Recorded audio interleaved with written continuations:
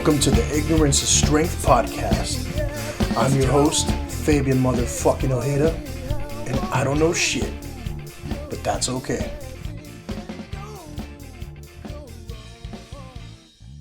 All right. Let's get this shit started. Thank you, everybody, for listening to the Ignorance is Strength podcast. Hope you all enjoyed episode number 63 with Andrew Jacks, all the way from Australia, the six-pack dad. I hope he, was able to help a lot of people with that program. Definitely made the timing work, though. It's that 6 a.m. to 11 p.m. Time frame we interviewed. I'm glad I don't have to do that again. But we're back with a brand new guest today. I want to welcome to the podcast Miss Shanna Toft. How you doing today? I am wonderful. Thank you for having me on your show. For sure. And I don't think it's extreme time differences right now, right? I mean, you made it easy for me. You're like, hey, 1:30. But you're a couple hours ahead, right? I am. Yes, it's 3:30 here. We're on Central Time. Yeah. So I was just explaining in the last episode, I was up at 6 a.m. and my guess it was 11 p.m. his time. Right. Yeah, we've got a classmate in my acting class who is actually in Slovakia. Ooh. So yeah, she's got some crazy times to work with also. Well, I'm glad to have you on here. I definitely wanted to talk about a lot of the different things that you're doing. I like I mentioned off air, like I looked you up and it seems like you're keeping busy for sure. But you seem to have a lot of things going on for you in the entertainment world. What are some of those things that you're involved in entertainment wise? Oh, most definitely. I stay busy. I stay booked from time to time. I am booked back to back and that sort of thing too. Not only am I an actor and a director and a producer, but I'm also an MC and a model. So I have those shoots and events as well. And locally, I am the official MC for one of the Dallas suburbs. So anytime they have their concert series events, I am out there introducing the bands and keeping the crowd entertained and, just having a really, really great time. Mm-hmm. On the film side of things, I have 3 feature films that I'm working on just in the month of July, and I've already started getting booked into 2022. So I am really, really super pumped about that. 2 of the films I can talk about, and one has actually yet to be officially named. So I'm not allowed to talk about that one just yet. The one that's not named, I am actually running sound on as well. So I'm not actually in that one, but I do things for crew from time to time in addition to directing. And I really feel like as an actor, it's an excellent thing to go be crew every once in a while because you gain that deeper appreciation for the things that crew does.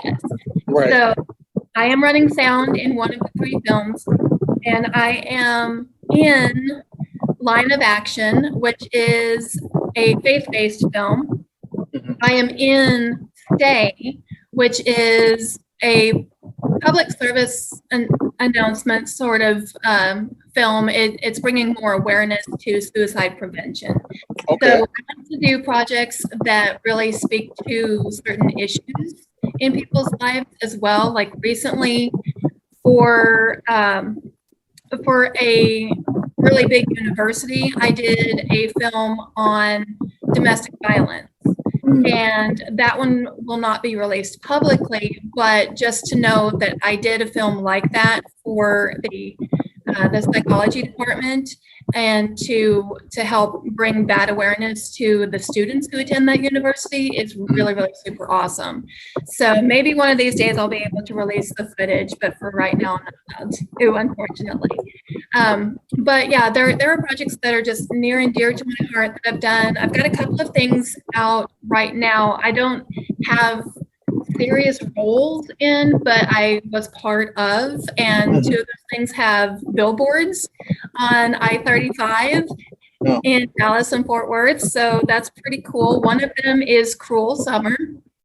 And in the original pilot for Cruel Summer, I was a waitress, and then they had to recast one of the main members, and we had to reshoot everything due to COVID and that sort of thing. So I'm actually one of the reporters and a regular extra. I'm a I'm a recurring extra in that series as well as one of the reporters. And that's on Freeform and Hulu. And then 12 Mighty Orphans is out right now. And I worked a few days on that film as one of the extras. And that my agent actually encourages us to do work as an extra from time to time on SAG projects because there's always the possibility of getting bumped up. So that's really the only time I do extra work is when it's a SAG project. Yeah, I've actually heard of Cruel Summer. I remember because everybody knows that song and everything. And when I heard there was a series called that, I think I did see it on Hulu. So that's pretty cool that you're involved in something that's on a major streaming service like that. Something Right. You can always kind of point to and be like, yeah, check me out on Hulu. Absolutely. Well, I do have a series on Amazon Prime called Evil Deeds, and I directed one of those episodes. I actually cast it and directed it. It is a pay to watch series because of content, but definitely not for kids. It is kind of like Tales from the Crypt meets The Twilight Zone. It's kind of a merger of those two types of shows. It's a creeper show. But the episode that I directed is number 9. It's called Hugo.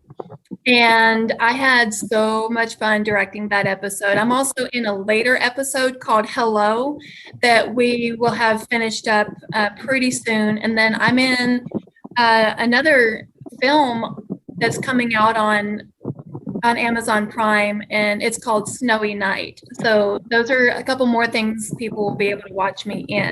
And I do have speaking roles in all of that's on Amazon Prime. So, I'm glad you shared all those different roles and everything. It just kind of, it touches on that point that I was making, that you're busy, you're super busy.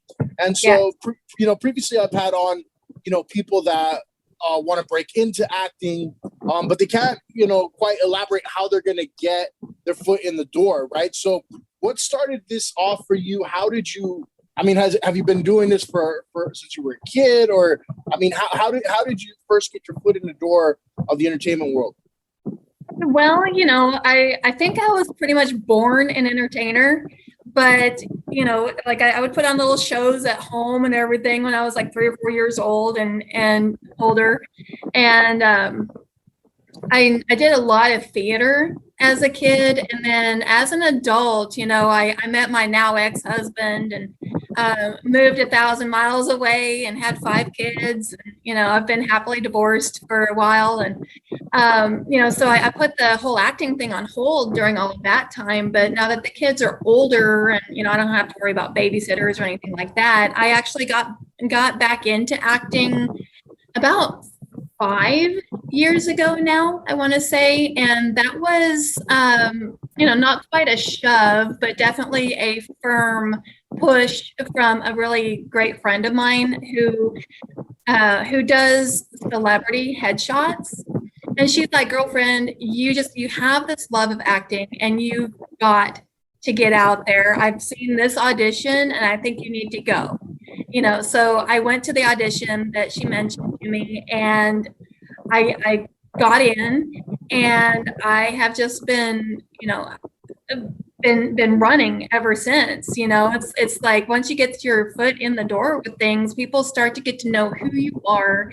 A lot of people in Dallas, at least, start out as extras, which I do live in the Dallas area, and I did start out as an extra, but then I started getting to know more and more people, make more and more contacts, like even across the country. And I almost always have at least a strong supporting role in something if I don't have the lead role. The only exception would be if I take a role as an extra on a SAG project, but really that's the only time that I'm not speaking in something. So really, it comes down to also having a really good agent, which you've got to be in a super great acting class. and you've got to go consistently to these classes. People think that you can just jump right out there and, automatically sign with an agent. That is not the case. And don't ever, ever, ever do pay to play with a so-called agent. It doesn't work like that. It does not work like that. If some place that's calling themselves an agency, and I won't call out these places, but if you have to pay to be on their website, or if you have to take their classes, they are not legitimate. Wow. You must be able to choose your own classes, and you don't pay to be on somebody's website. You just don't do it. So find yourself a really great instructor, go consistently to class, fine-tune your craft, get some roles out there so that you can start building your demo reel and then start approaching the agent. I mean, my advice to anyone looking for an agent is to go to the SAG website and see who's on there, because they are verified as legitimate agents. So I'm glad you mentioned all that, because it goes against like some misconceptions maybe that people have. It seems like it is a lot about hard work and talent, because you mentioned, you started picking it up again once after you had kids, and maybe you weren't how do I put it, like fresh out of high school and college or anything like that. So I think a lot of people tend to think that maybe you have to look a certain way, be a certain age. But it seems really like it's more about the hard work that you put in and the talent that you have. Would I be like correct in that assessment there? Oh, absolutely. Kathy Bates is one of the best actresses out there, and she didn't get started until much later in life, for one thing. I know people can't see me because they'll be listening on audio, but I also have one of those younger looking faces. And so like I have a really wide range. I don't get the mom roles. I am a mom, but I don't get the mom roles because I still look like I'm 25 years old or even younger. I'm 42. I'll be 43 in October, but I don't get. I could tell. So I still get carded for everything, and it's crazy funny to me. But you've got, I don't know, for certain things there are certain looks that they're after, and if you don't meet those physical attributes, then they're not even going to consider you for the role anyway.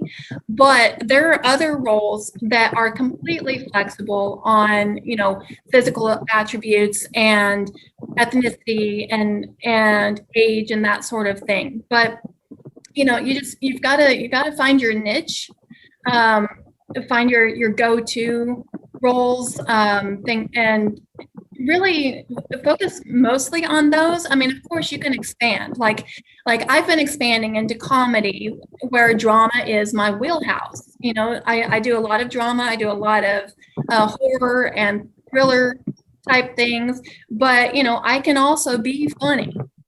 Just the darker stuff is more in my wheelhouse. So go with what is in your wheelhouse first, and then start working on things that challenge you.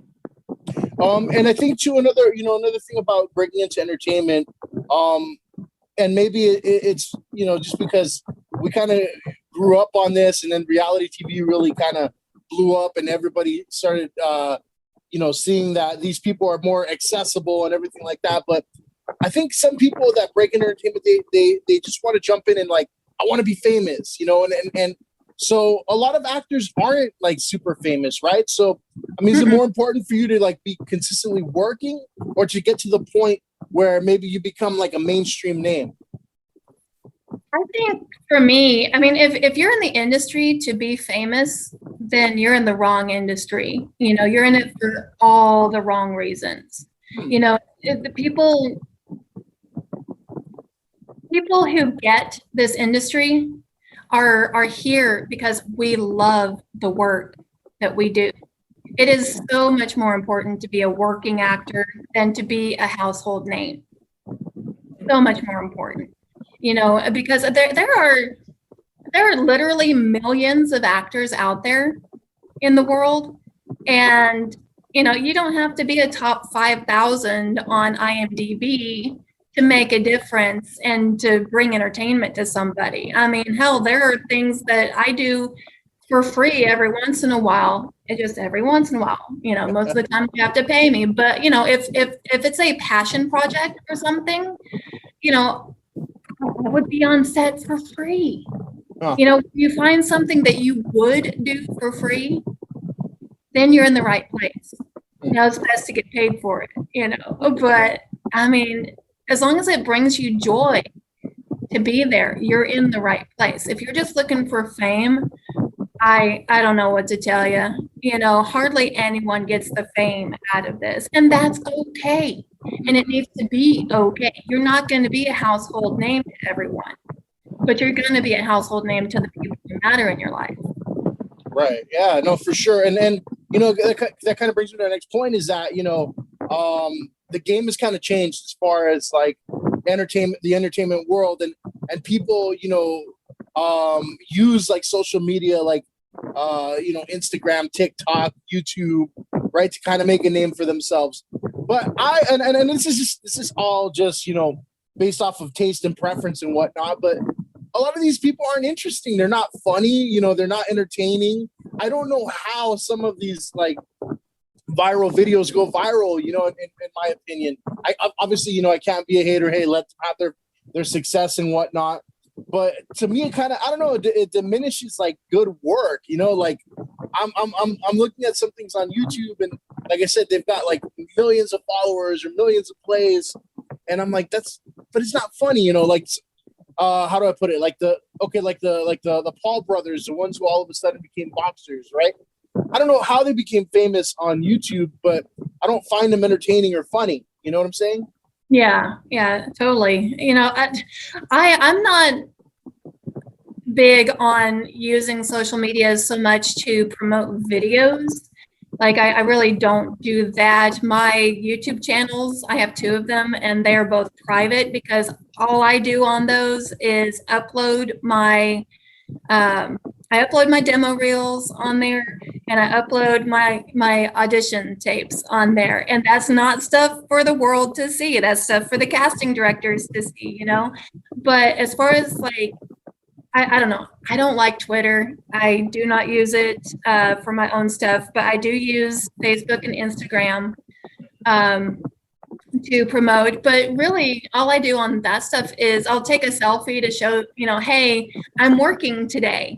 I don't ever take any inappropriate pictures of, the actual set or anything like that. But, whenever I arrive, I will find a neutral location and I'll take a picture and just say, hey, I'm working today. I love my job. I love being on set, and so people follow me because of that.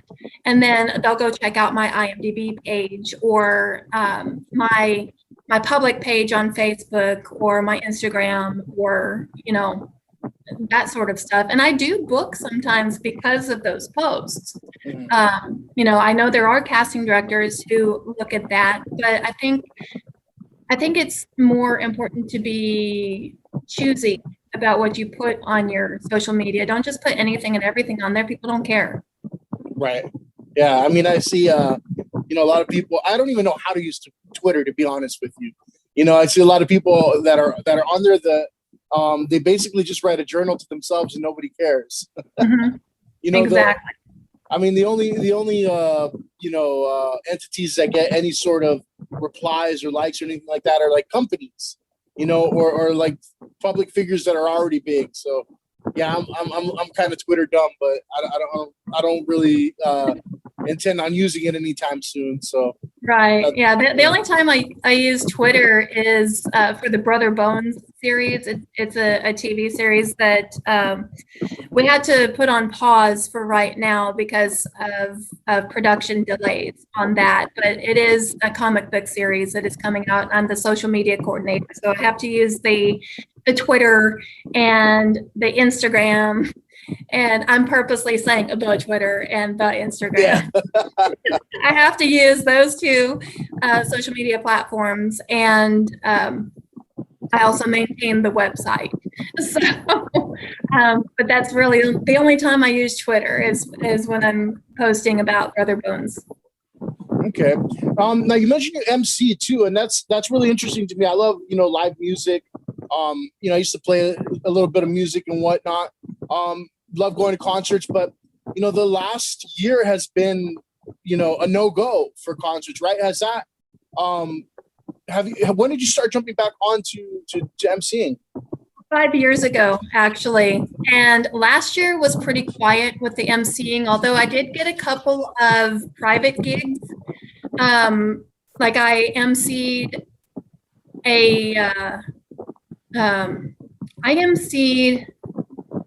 a wedding, and it was a Muslim wedding called a nikah. And I was so like shocked that they reached out to me, because I know nothing about Muslim weddings. Right. And so I had to get a really quick rundown on how everything goes. And that was a really, really interesting experience, getting to do that. But then they started like loosening the reins a little bit here in Texas on public outings. And since the concert series are outdoors, of course people are encouraged to wear a mask, and they're encouraged to stay in their 6-foot social circles and that sort of thing.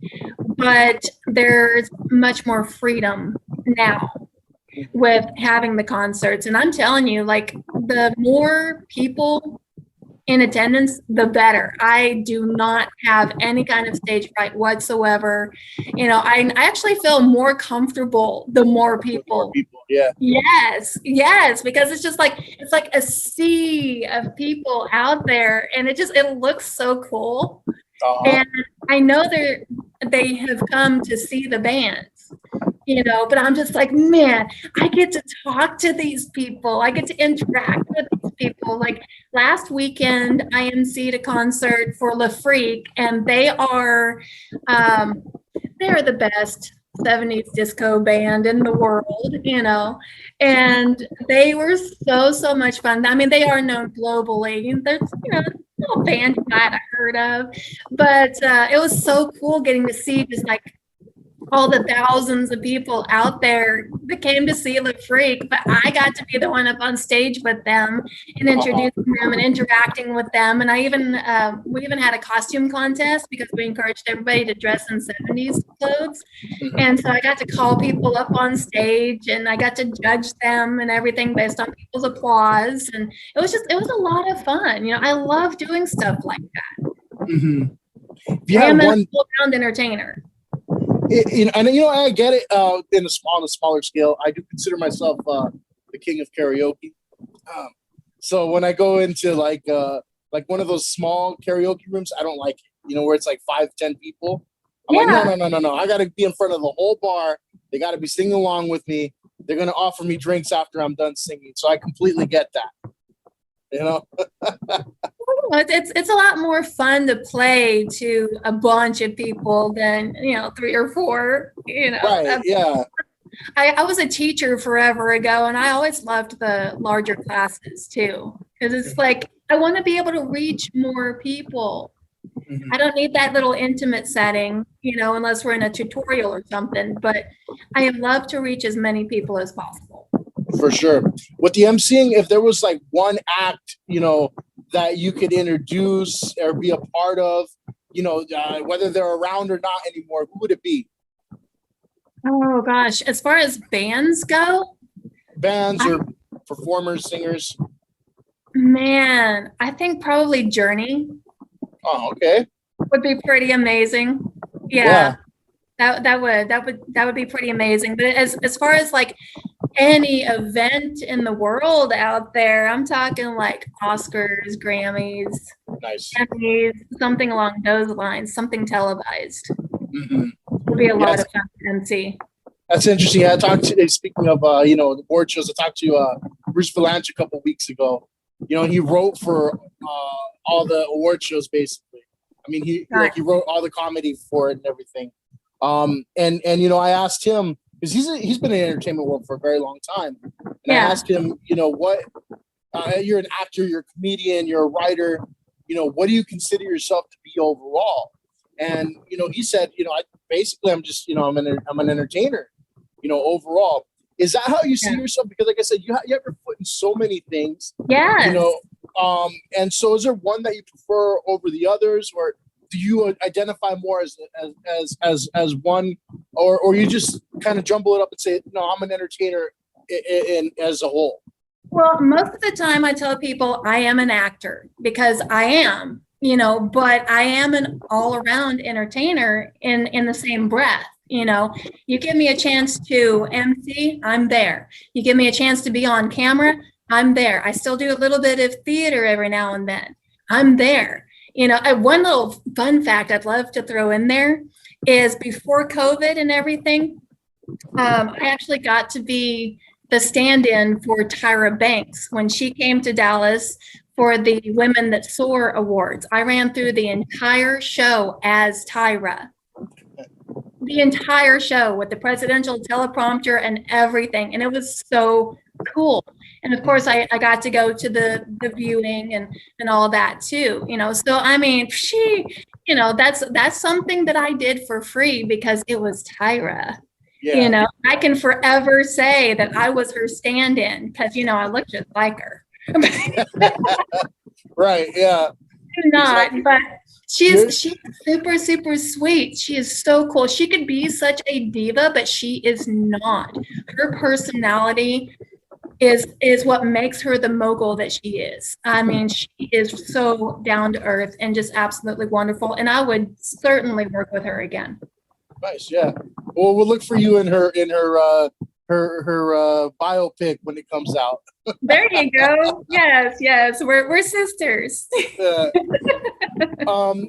had a glimpse into just a small glimpse into like the entertainment world back when I used to do a lot of like security and bodyguard work and whatnot.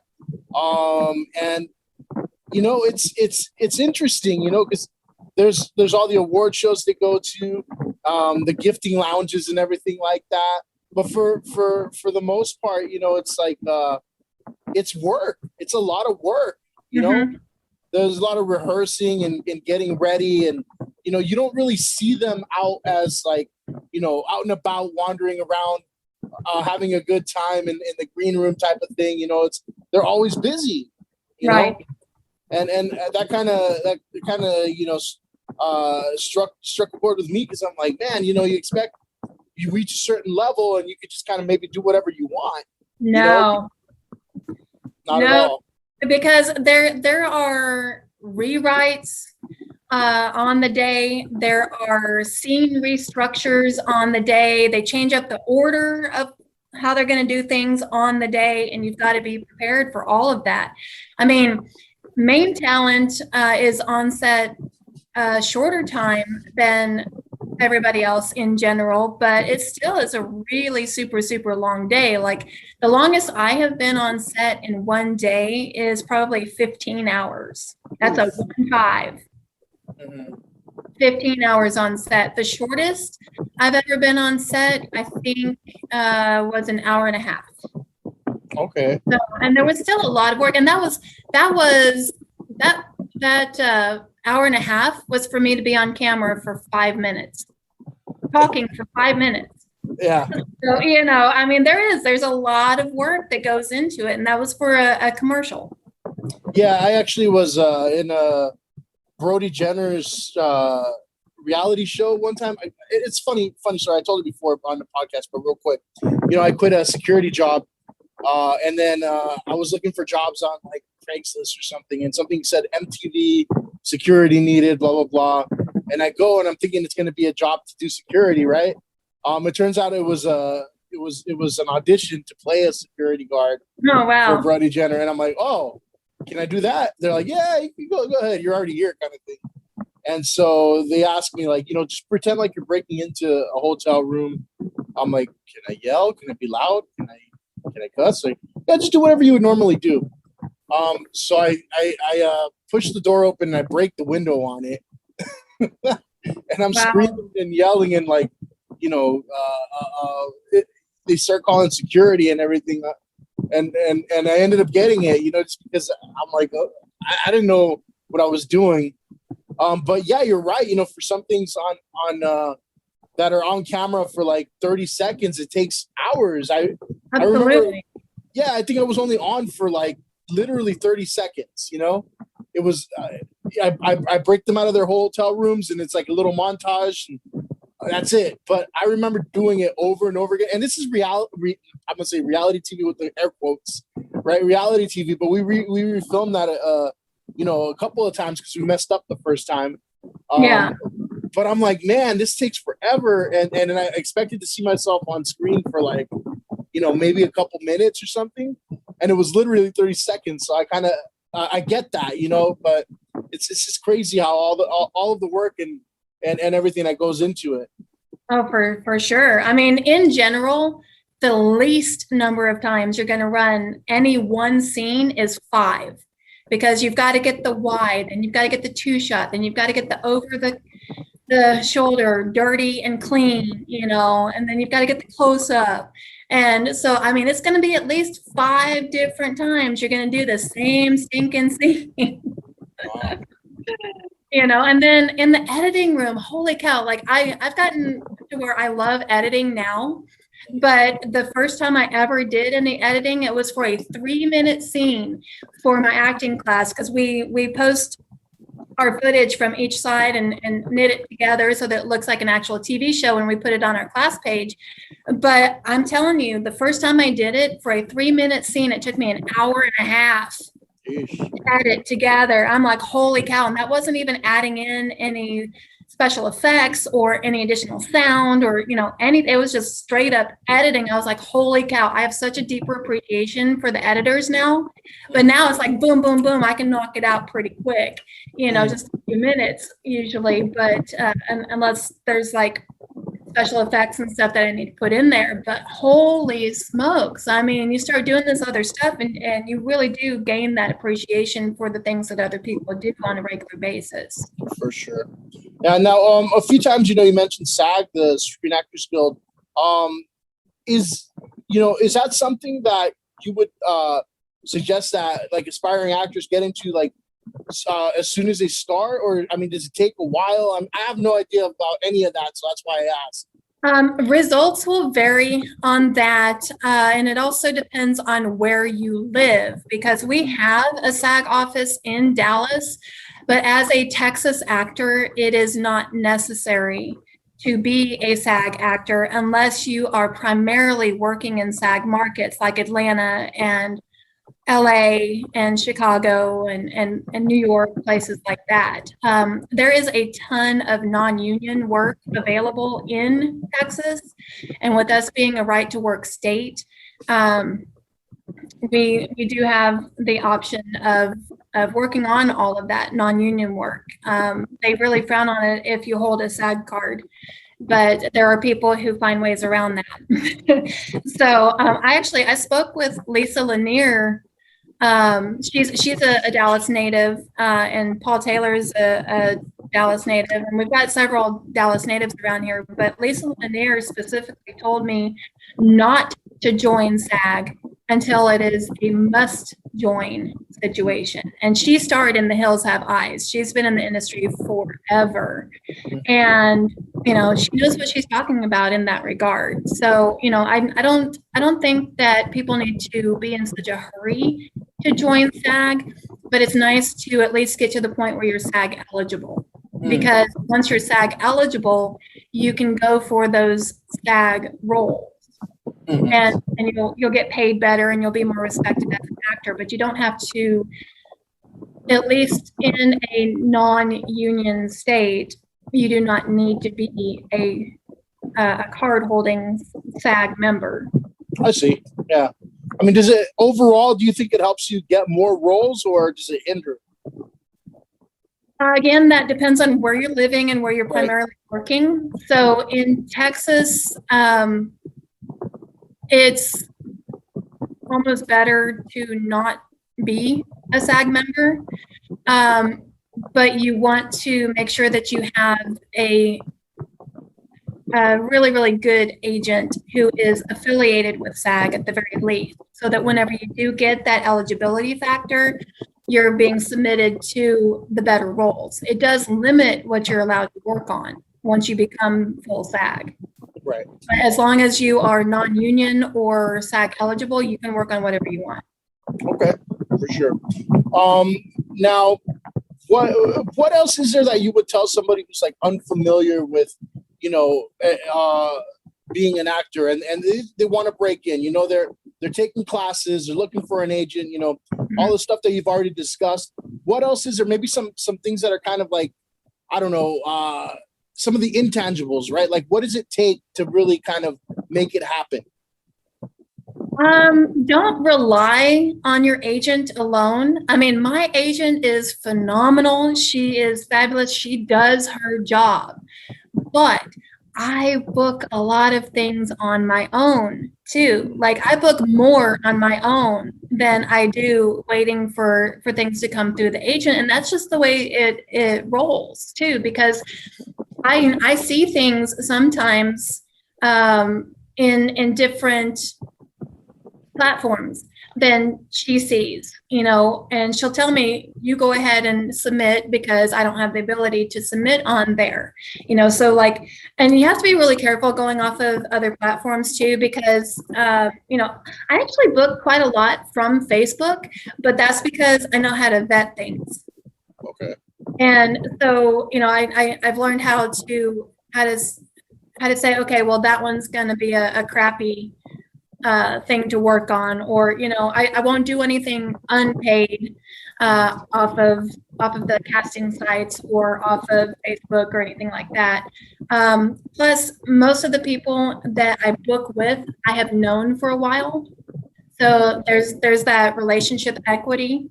And I'm like, okay, I'm going to go for this because my agent, hasn't seen it on casting networks or Actors Access. Those are the two platforms that my agent uses. But if I see it on Facebook, if I see it on IMDb, if I see it on any of the other casting sources, I won't reveal all of them. But if I see on other platforms, I'll check in with her first and be like, hey, I just saw this. What do you think? And most of the time she'll tell me, go ahead and submit myself. Or, sometimes she'll have an in with that casting director and we'll be like, hey, go ahead and send it to me and I'll submit you. But, more times than not, I'm able to submit myself. Okay. Especially if it's outside of her market, like even things on Actors Access. She's more central US to LA. And so if it's the Atlanta market, I already know she'll want me to submit myself. For sure. Now, this is just a little curveball question. I saw you on Facebook promoting like a grill. Was it like? So is that also like something you say you don't say no to much, or? Well, it depends on what it is and what my availability happens to be. But yeah, I'm also a brand ambassador from time to time. And this particular thing with Masterbuilt was literally right around the corner from my house. So, and they paid me very, very, very well for it. So, yeah, I only wound up having to work a few hours instead of the full day, and they paid for the full day. So I'm just like, yes, please, and thank you, and always be ready to work. They didn't give you a smoker or grill? No, but I did get to enter to win one. All right. Yeah, so that's an $800 grill that I was promoting that day. And what's funny is I don't have a JOB, and that is on purpose because most of what I do on camera takes place on weekdays during the day. There's very little that happens in the evening or on the weekends. Unless you're working with independent filmmakers, and then they're either not paying or it's low pay, for the most part. And, I pick and choose wisely with those things too. But a lot of brand ambassador stuff is on the weekends. And this particular one with the grill was at a store that I used to visit as a traveling merchandiser. So when I was employed, and I'm loving not being employed. I'm loving being just a full-time entertainer. Right. I have my own schedule. I pick what I will and won't do, and it's amazing, and the bills still get paid. Yeah, I'm gonna ask that question. I'm like, see if there's any in there with Master Built. See what we can do about getting me a nice little. I got a good smoker, but I'm like, you can never have too many. There you go. For sure. Yeah. And unfortunately, I can't pull any strings. Otherwise, I would have come home with one. But I definitely am in very, very well with the regional manager, and he wants to work with me some more. So he told me that day that it was on a Sunday, and he had only ever sold one grill on a Sunday, and we sold 4 because I was there. Hey, there you go. So we had one couple come specifically because I was there. Nice. Yeah. So, it's cool. It's cool when people know who you are and they want to come to your event because you're there. Yeah. And then anytime anybody gets a grill, it's like an angel gets his wings. But I digress. Now, you've done a lot of, in entertainment. What are some goals that you might have left? Like what's like some big rocks you really want to, crush? I haven't officially been skydiving yet. I want to do that. And I always put it out there that I am going to work with Keanu Reeves in a John Wick movie. John Wick 4 and or 5. That's bucket list, man. Definitely bucket list. I want to do an action movie with Keanu. Nice. Yeah, I think I am stunt trained. So, I want to put some of that stunt training to work. Some of that, the stunt training, yeah. Okay. Yeah, because I think I saw that. Yeah, you're really kind of like what do you call it? Like what do the people call it these days? Manifesting that, right? Do what now? You're like manifesting this whole thing, right? You're like yes, and I love talking about that too, because the law of attraction is a very, very real thing. I mean, some people think of it as hokey or whatever, and that's fine, but are they achieving their goals? Maybe not. I used to do vision boards, and now I have a whole manifestation room. It used to just be one wall, and now it's my whole room. Like I put stuff right on the wall. I cut things out. I've got my 3 John Wick posters up there on one of my main walls, and I've got room for 4 and 5 up there, and I'm going to be on one of those posters. That's what I'm saying. There we go. Well, hopefully that happens. Anything else you want to throw out there to the podcast world before we go? Figure out what your dream is and put yourself in alignment to make that dream happen. Whatever it takes, whatever is bringing joy into your life, that is what you're meant to do. Nice. Perfectly stated there. Well, thank you. I really enjoyed, having you on, definitely giving us a lot of insight. And just my overall, reaction is that you've got to put in the work. There's no, substitute for hard work and making things happen. Nothing's going to happen unless, you put in the conscious effort, so that kind of reaffirms a lot for me. Cause I'm like, man, sometimes, like I said earlier, sometimes I'm wondering how do these people just fall into fame and fortune and notoriety, but for something that you're passionate about like this, it's really helpful to know that, yes, it does still take that work ethic. And absolutely, I'm old school, so I'm glad to hear it. Absolutely. And I've got one of the best acting coaches out there. Glenn Morshower has been just an absolute highlight in my life. He is Dallas local as well, and I'm proud to call him my mentor and my friend. Nice. Yeah. Anywhere people can check you out or reach you if they need to? I can be looked up on IMDb. It's www.imdb.me Shanna Toft, and I will phonetically spell my name: Sierra Hotel Alpha November Alpha Tango Oscar Foxtrot Tango. There we go. All Or right. you can type in Shanna Toft into Google or IMDb, and I pull up pretty much everywhere. Well, thank you again, Shanna. Best of luck in everything you do. Really appreciate having you on. And for everybody at home listening, I appreciate it. Thank you. Fuck you and good night.